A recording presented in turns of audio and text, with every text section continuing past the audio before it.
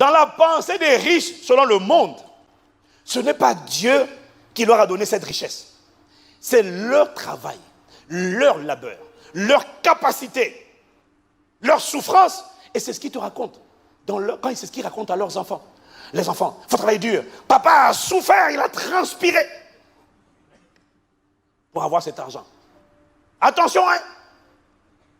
Pour eux, ce n'est pas Dieu qui a créé cette richesse, c'est leur travail qui a créé cette richesse. Et lorsque tu leur dis, oui, mais mon frère, tu sais, dans la Bible dit que l'or et l'argent appartiennent à Dieu.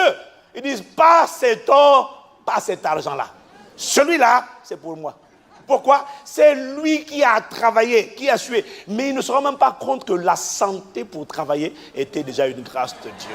Ils ne se rendent même pas compte parce qu'ils n'est pas conscient de la bonté de Dieu. Alors, comme ils sont convaincus que c'est eux qui ont travaillé, qui ont galéré, qui ont trimé pour avoir cet argent, du coup, ils ont du mal à le donner à Dieu, parce qu'ils ne considèrent pas que Dieu est celui qui a créé cette richesse. Ils considèrent que celui qui a créé cette richesse, c'est eux. Et dans la pensée des riches de ce monde, c'est eux qui sont les propriétaires de leur richesse. Ça leur appartient, ils l'ont mérité, ils ont travaillé pour cela. C'est mon argent, c'est à moi. Je l'ai mérité. Ça, c'est la culture, le système de pensée des riches selon ce monde.